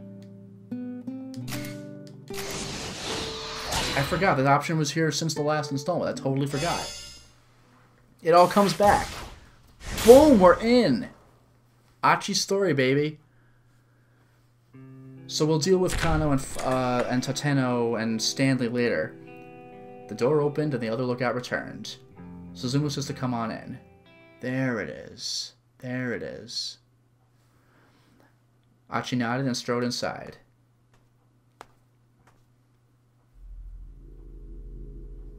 The scent of alcohol and cigarettes washed over him. Suzumu sat on the sofa at the far end of the bar. I guarantee Suzumu's gonna be like, you know what? I do forgive you. And Kiryu's gonna be like, no, we're having a fight. And it's gonna be this epic conclusion. Suzumu sat on the sofa at the far end of the bar. It was where Achi used to sit back in the day. What do you want? Suzumu asked immediately. Achi walked up to him and then got down on his hands and knees. Huh? What are you doing down there? The hell is this all about? I need people to bring a guy down. I'm here to ask for your help. The crowd around him flew into an uproar. Peals of mocking laughter rang in Achi's ears. I know I have no right to ask you this, but please, I really need your help. Just some guy, huh? Who? He's an international terrorist trying to get his hands on some wonder drug for a killer virus. Oh yeah, they'll believe that. If we don't catch him, somebody I know is going to die. And that's not all. He might try to unleash the killer virus here in the city. Suzumu burst out laughing. This is some kind of joke? You alright in the head there, Achi? The other gang members followed his lead, unleashing another storm of mockery. The laughter continued for quite some time. Finally, Achi had had enough. Shut your damn mouths! Achi said nothing. He grit his teeth and stared up at Suzumu. Interesting. A or B? Shut the hell up, or keep going with what we're doing? I'm curious. I think I know which way I would go, but I'm curious to see what the chat says. Yeah, really, Winterburn. Suzumu. What? I have to bring down an international terrorist who's going to unleash a killer virus in a city. What? B, A, B. So that's 2B, 1A. 3B. 4B. You know, this is really amusing, because even though the chat has really been rolling with those options lately, for once, the chat is not going with punch your way out of everything with Achi. Achi said nothing. He endured the ridicule and simply stared up at Suzumu. As patiently as he could, he waited for Suzumu to give the proverbial nod.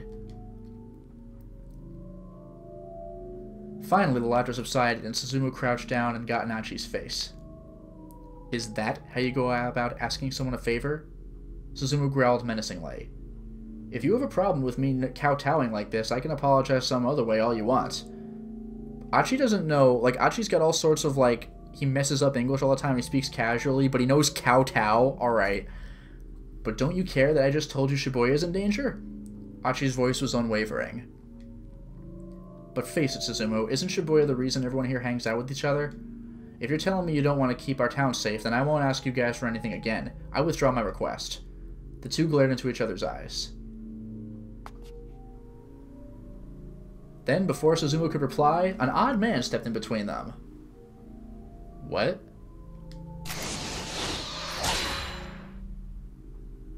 Wait, what? But we got his end, though. How? What does this mean?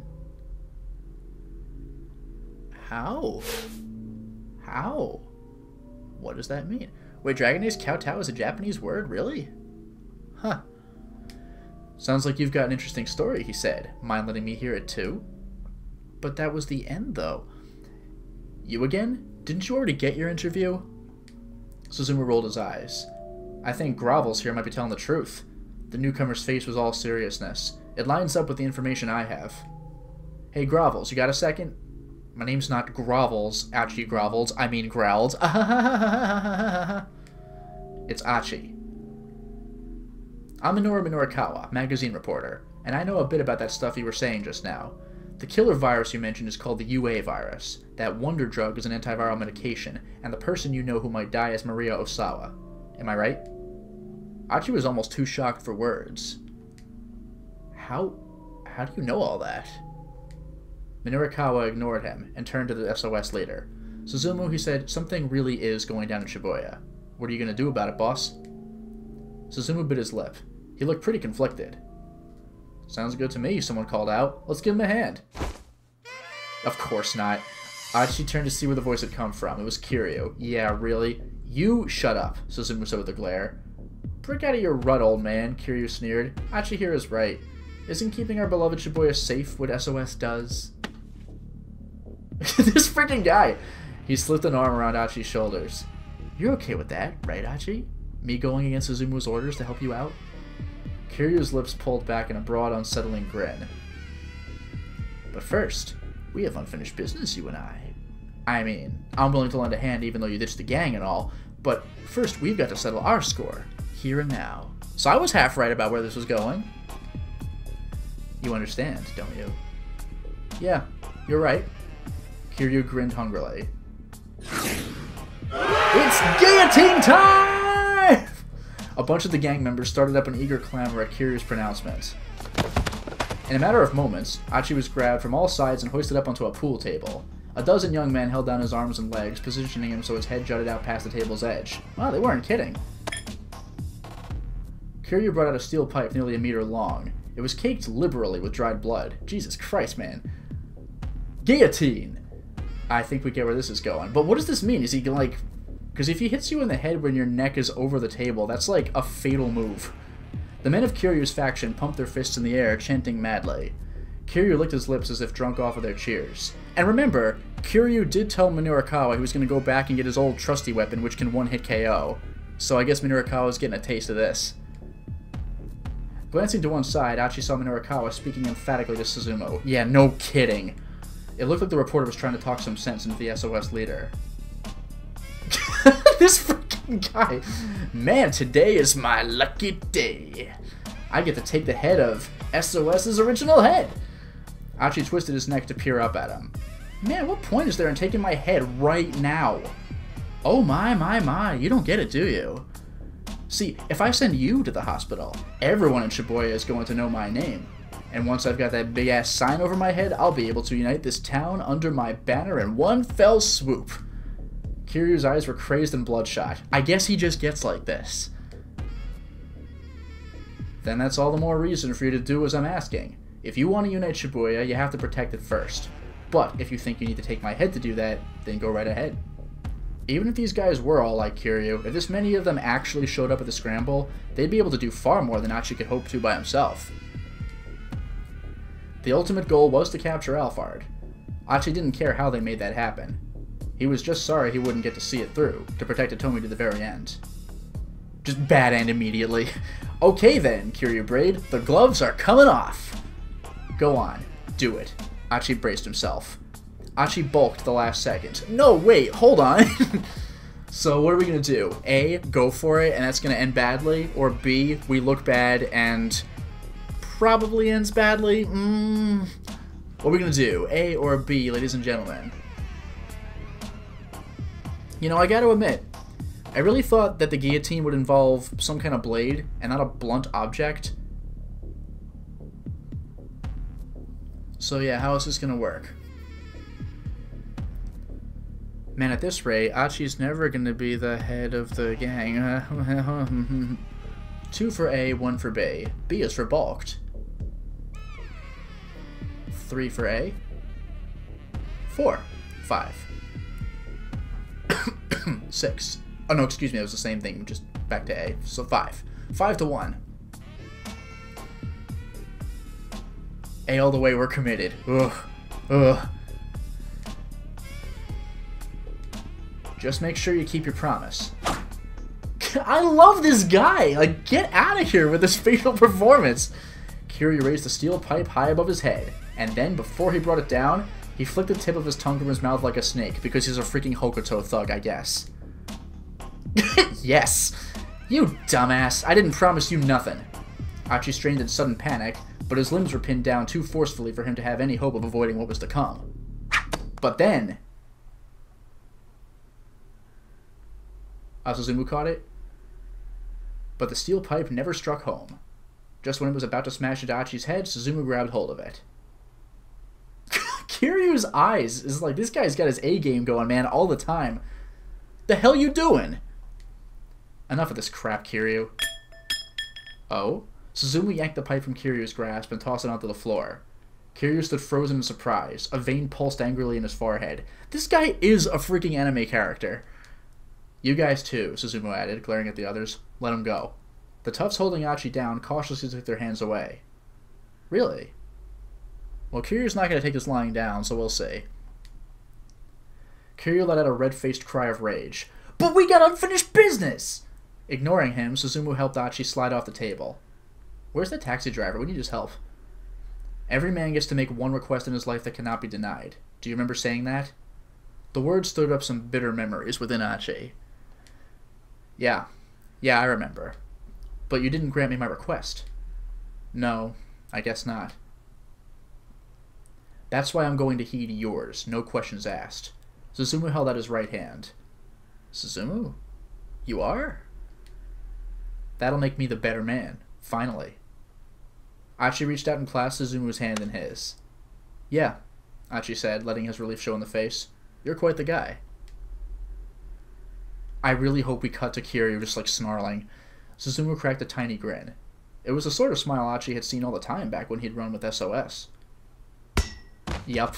Suddenly, Suzumu staggered and dropped to the floor, falling too fast to even cry out. Yes!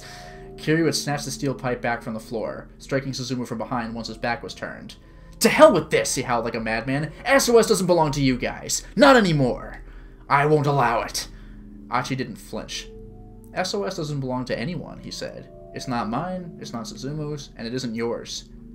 We're just a bunch of friends hanging out and having a good time. My good buddy Kiryu. That's the only reason we get together. Nothing more, nothing less. He turned and looked slowly around the room. Hey, you guys. Do you all get together because someone told you to assemble? Do you all get together to follow someone's orders? No, you don't. Of course you don't.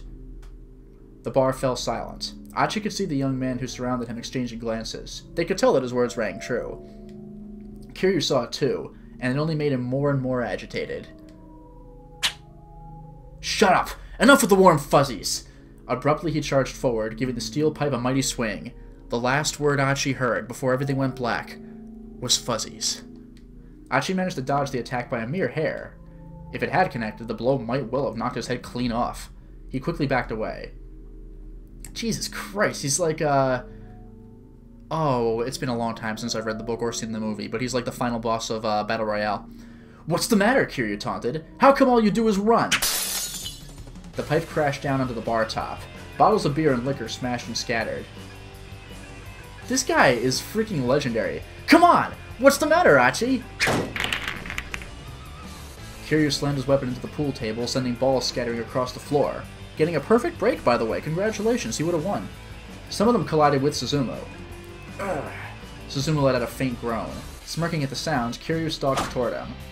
Speaking of unfinished business. With a gleaming grin, Kiryu took aim at Suzumu's head, lifting the pipe up high. What, are you gonna murder the guy? Stop! Before he could think better of it, Achi was rushing for his fallen friend. This guy! Heh, you dumbass. Without missing a beat, Kiryu shifted his weight and swung the steel pipe at Achi's temple.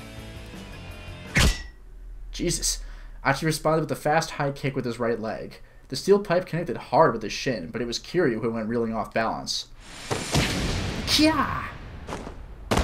Jesus. Once again, it's a one-hit KO. Achi is a legendary. Legendary guy. Achi pivoted and put all his might into a straight right. Oh, I was reading it as right to Kiryu's jaw, but a straight right to Kiryu's jaw. The blow struck home. Kiryu's head snapped back and he crumbled to the floor. There was a momentary hush of indrawn breath. Then the bar erupted into a wild clamor that practically shook the whole building. All eyes were fixed on Achi, marveling at what they had just seen go down. Heh. Sounds like folks are hoping for a little more of a fight. Suzumu got to his feet, his left hand clutching his right shoulder. You alright? Achi asked. Mostly. I was talking to Kiryu. Guess my shoulder took the brunt of the blow. I was wondering, because if that was back of the head, he would be out. The gang members from Kiryu's faction rushed to their unconscious leader's side. Achi shot them a steely glare, and they gathered up Kiryu and dragged him out of the bar. I didn't go too far here, did I? Achi asked Suzumu. Is this going to cause trouble for you? Dude, you beat up an literal psycho. No, I figured Kiryu would pull something like this eventually. It was just a question of when. Right. I'm sure he's going to go gather up his own bunch after this. We'll probably wind up butting heads again. Suzumu didn't sound especially eager for that fight, but he didn't sound especially afraid of it either. Achi was still worried about a few things, but his friend had clearly grown as a leader. Anyhow, back to that story about you needing some manpower? Will the guys here be enough? There were around 30 gang members still in the bar. Achi looked each of them in the eye in turn. Some he knew from back in the day, while others were fresh faces. I was born and raised in this town. I'm fond of the friends I've met here, and this has always been a great place to have a good time. And today, right here in this town, I met someone who's very special to me. And I know this doesn't involve the rest of you, but I'm willing to protect her. Achi knew he wasn't doing a great job of getting to the point, but the members of SOS listened quietly. And so, it's like, he felt like a grade schooler who didn't know how to answer to a difficult question. He fussed with his hair and frowned sheepishly. Okay, so I'm not sure how to really put this, but Shibuya is a special town to me because of getting to meet people like that. And maybe... No, I mean, it's like that for you guys, too? Don't you love Shibuya? So help me help this town. He bowed low and deep. I want to protect this girl who means so much to me, and the city that means so much to me as well. I know my answer. Suzumu clapped a hand on Achi's shoulder. Listen up, everyone! SOS's original founder is back in action. He needs our help, and I, for one, am ready to follow him into battle. What do you say? Suzumu's people let out a hearty cheer.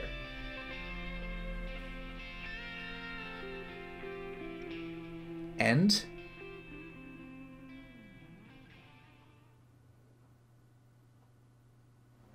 No, we're going. Alright.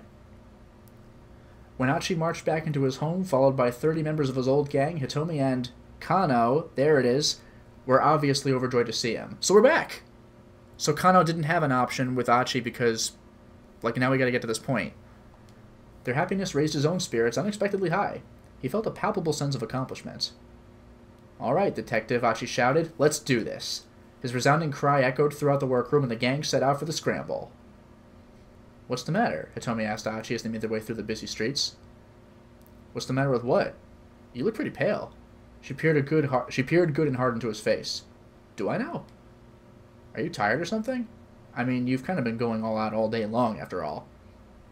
"Nah, it's nothing." Achi kept his voice nice and bright. "I'm just a little hungry is all. So don't worry about me. Or Alphard either, okay? I swear I'll keep you safe, Hitomi." "Alright." Hitomi gave a tiny nod. "Just leave it to me. Alphard's got nothing on this guy." Yeah, he's also got the sweats. He thumped his chest in a display of bravado, but he could feel the sweat beating on his brow. Oh man, this game... This game...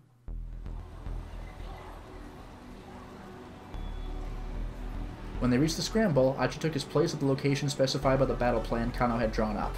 Hitomi was only a few meters away. Whatever happened, he was in a good position to shield her from harm.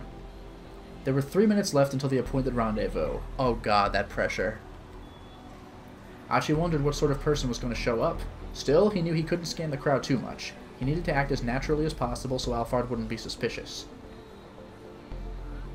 He risked a glance over at Hitomi. Maybe now wasn't the time for admiring, but he couldn't help but think how cute she looked. In some ways, seeing her there felt similar to when he'd first seen her that morning, in the very same spot. The difference was that this time, it wasn't just Hitomi's good looks that made him find her so attractive. I stumbled on that one, so attractive.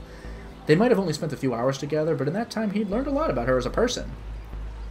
He knew what was important to her, what her worries were, her wants and desires. And also he'd learned what a kind-hearted person she was. Achi recalled what had happened back in the workroom. Even though her own life had been in danger all day, Hitomi had shed tears for his father and his sister. She really understood people's grief and suffering.